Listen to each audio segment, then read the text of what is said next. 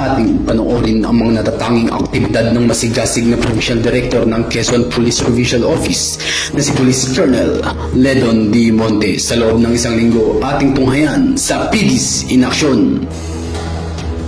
Noong ika-20 ng Mayo taong kasalukuyan sa isinagawang Monday flag raising ceremony sa Camp Guillermo Nacar, Lucena City, pinangunahan ni Police Colonel Ledon D. Monte ang paggawad ng parangal sa mga miyembro ng Quezon Police Provincial Office na may natatanging ambag sa pagganap ng kanilang sinumpaang tungkulin.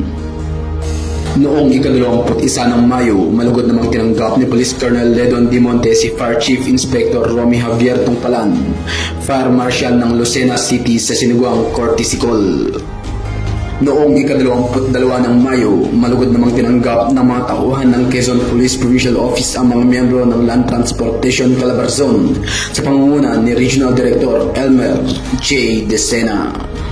Sa kampanya naman laban sa loose firearms, nagsagawa ang Quezon PNP ng 2 operasyon at nagresulta sa pagkakaaresto ng 2 suspect.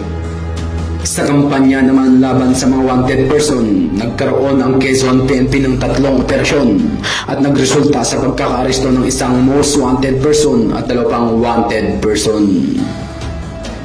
Sa kampanya laban sa illegal gambling, nagsagawa ang Quezon PNP ng 8 operasyon na nagresulta sa pagkakaaresto ng 23 suspect at pagkasamsam ng tinatayang 7,351 pesos na bet money.